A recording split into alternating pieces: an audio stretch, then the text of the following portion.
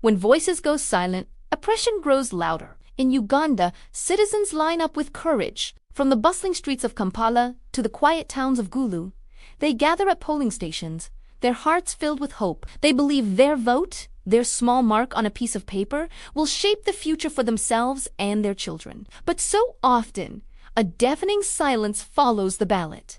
The initial excitement fades, replaced by a tense quiet that hangs heavy in the air. The promises made on campaign trails seem to vanish, and the collective voice of the people dissipates into the background. After elections, even prominent opposition leaders sometimes retreat from the public eye. We see them cast their vote, a powerful symbol of defiance, but then they seem to disappear. Whether driven by fear, intimidation, or a sense of hopelessness, their retreat into the shadows leaves millions of their supporters feeling orphaned. These are the people who trusted them, who saw them as their champions. Without their leaders' voices to articulate their struggles and defend their rights, the electorate is left without a shield, vulnerable and unheard in the corridors of power. When the opposition is silent, the ruling regime only grows stronger.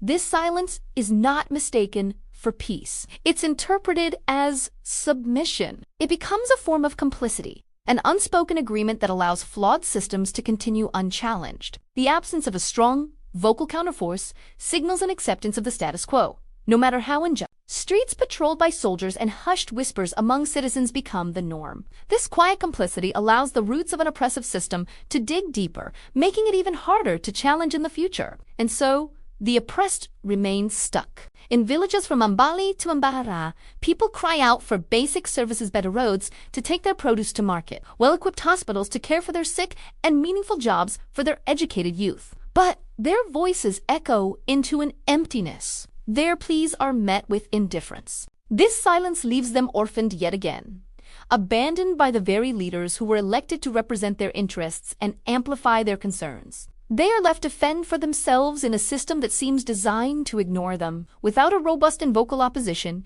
the entire system of accountability collapses. In parliamentary sessions, crucial issues affecting millions are glossed over while leaders might share a laugh, seemingly detached from the reality of the people they serve. Bad policies that enrich a few at the expense of many can be passed with little to no debate. We must understand that silence in the face of injustice is never neutral. It is an endorsement. It is a green light for corruption and mismanagement to flourish unchecked and unpunished. But this suffocating silence can be broken. It is not an unbreakable curse. A new generation of educated, informed, and courageous citizens must rise. From university classrooms to community halls, the youth of Uganda must begin to question, to debate, and to demand transparency from their leaders. They must understand that fear thrives only in the absence of voices. When people begin to speak out, to organize, and to hold their leaders accountable, the foundations of fear begin to crumble. The cost of this collective silence is incredibly heavy. We see it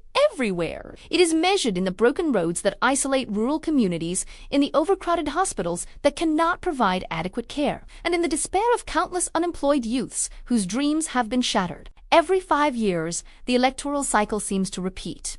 And with it, the cycle of silence perpetuates poverty, stagnation, and a deep sense of hopelessness for the future. The price of our quiet is the mortgage on our nation's potential. True, lasting change can only begin when the silence finally ends. History teaches us this lesson time and again. When citizens unite and speak with one voice, leaders are forced to listen. When the opposition stands firm, resists intimidation, and consistently champions the cause of the people, democracy begins to breathe again. It is in the noise of democratic participation, the protests, the debates, the demands that a nation finds its strength and its path forward. When silence becomes complicity, oppression always wins. It is a simple, undeniable truth. But when voices rise, united and fearless, freedom returns. Thank you for watching. Please subscribe to my channel for more videos like this.